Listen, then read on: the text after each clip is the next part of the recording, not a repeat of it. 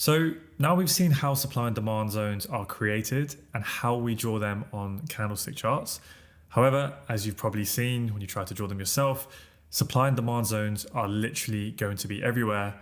If you draw on every single zone, your chart is going to be an absolute shit show, and you're going to see some zones play out, and you're going to see a lot that don't really seem to work that well, which I understand can be a little bit disheartening.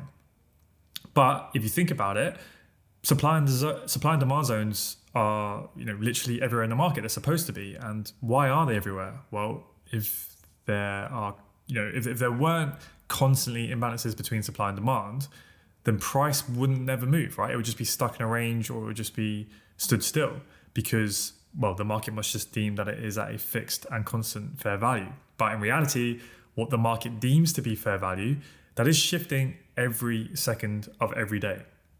So that balance between supply and demand is shifting constantly.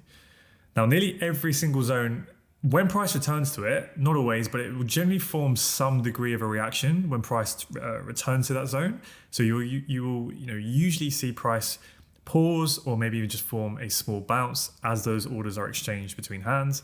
And of course, in some circumstances, price will literally just smash straight through it and you won't see any reaction.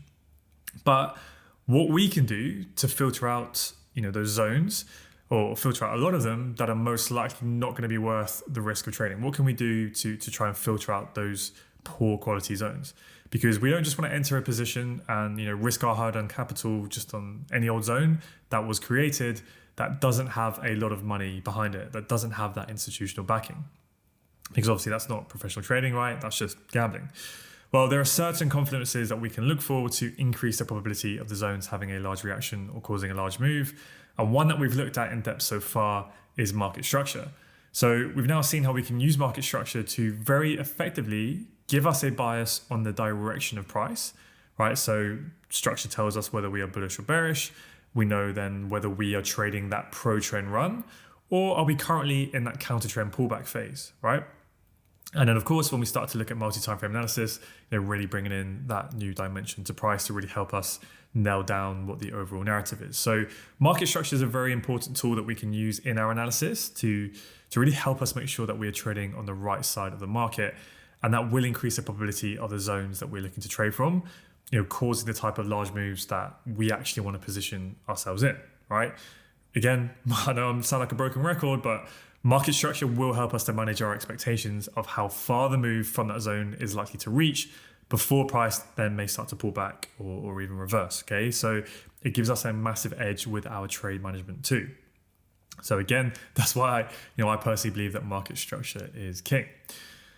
But then we looked at the concept of premium versus discount. Pretty simple one, right? It just helps us to see if we're looking to trade at a level that is well priced. So if we think about bringing supply and demand into this, we can look to buy from demand zones that are in those discount prices, and we can look to sell from those supply zones up in those premium prices to really kind of help, again, to increase our strike rate and to increase our overall reward to risk ratios. Now, there are some other very key concepts which we have not discussed or looked at yet, which we will look at in depth in future lessons, such as liquidity. So what you'll learn soon is we look to see, did the zone sweep liquidity, and does the zone have inducement? Again, if you haven't got to those lessons, don't worry, you don't need to know what this is. We'll cover this in depth in the future. Another one is mitigations. So we want to see, is the zone unmitigated? And whenever I say that, I personally mean, is it a completely fresh zone? Okay, so nothing's tapped into it yet. Nothing has filled up any of the orders. It's completely fresh. It's completely unmitigated. And then the other aspect to that is that zone part of a demand or supply chain? So what you'll see is zones kind of tap into each other and they continue, and you kind of see this series of mitigations, which we call chains. Again, we'll get into this in more depth, but that can increase the probability of the zone you're looking from. And then finally, is the zone we are trading from, is it with or against the current order flow of the market? And again, we'll get into a bit more depth in that in future lessons. So don't worry about those gray ones too much for now. But what I want you to realize with this list that we've just gone through is all of those are great confluence that we should be using to make sure that we are trading with as high as a strike rate and as high as a risk to reward ratio as possible. But these confluences are what I call, they're nice to haves. They're really nice to haves, but they're not necessarily a super strict requirement. that you have to have it no matter what. Okay. So what I mean by that is that if you made some of these or all of these a strict requirement, then you would only ever buy from demand zones that were with a trend and that had to be in a discount because, in theory, those should be high probability, right? But then on the flip side, that also means that you would never sell from a supply zone in cheap discount prices that was also maybe against the trend, right? Because in theory, that should be, really low probability.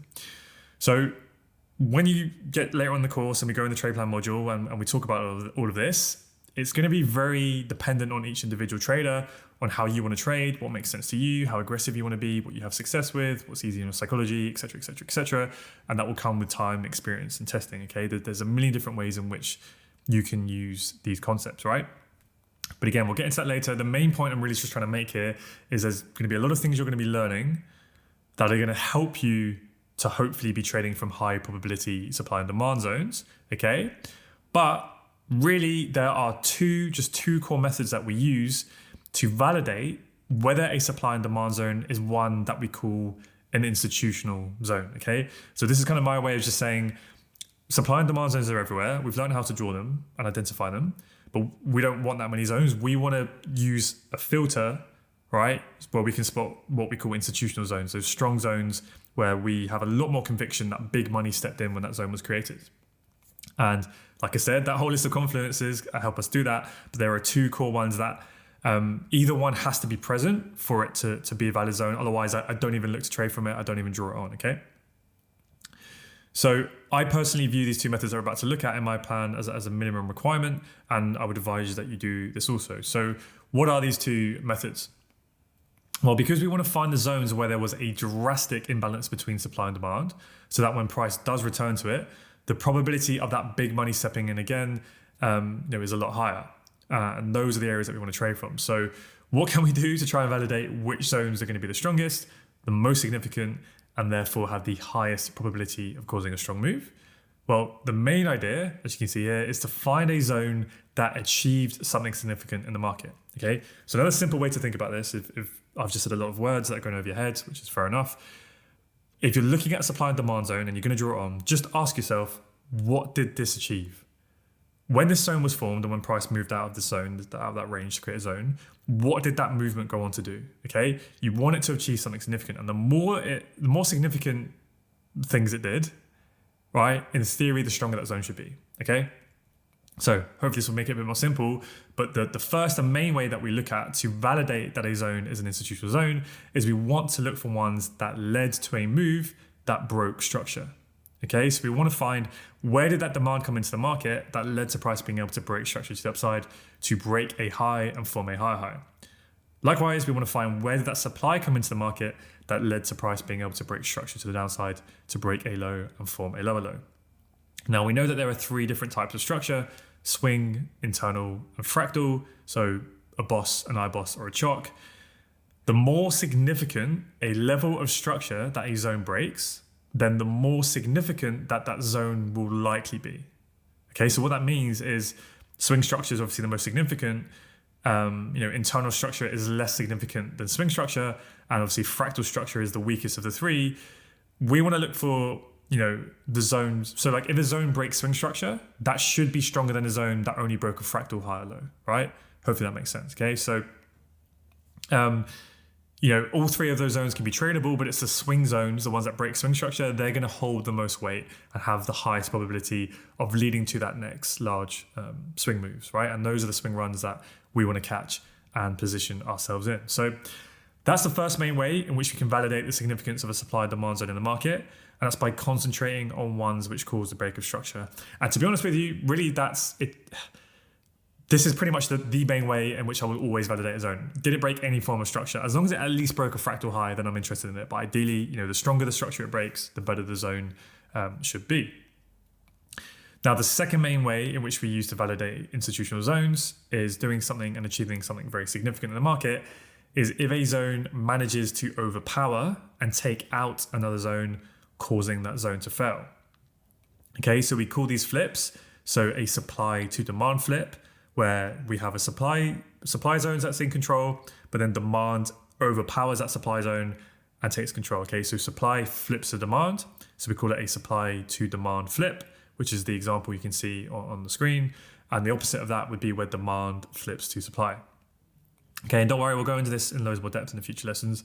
But when you find a zone that combines both methods, so not only does it cause a break of structure, but it also causes another strong zone to fail in the process. So you get a structure break and a flip. That is when you have a high probability zone. Again, when you compare those two reasons with all of the other confluence we're going to use, market structure, liquidity, blah, blah, blah, blah, blah, okay? So for price to either break structure or take out another zone, generally we can assume that it's taken institutional backing.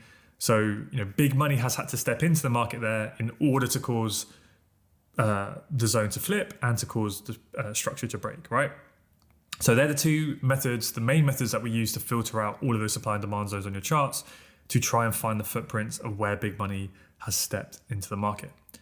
So it's our job to spot those and then try to capitalize on future moves from those zones, or we will sometimes call these zones points of interest, POIs, okay? It's an area in what we're interested in, okay? So yeah, over the next two lessons, we're going to look at each of these two methods in depth.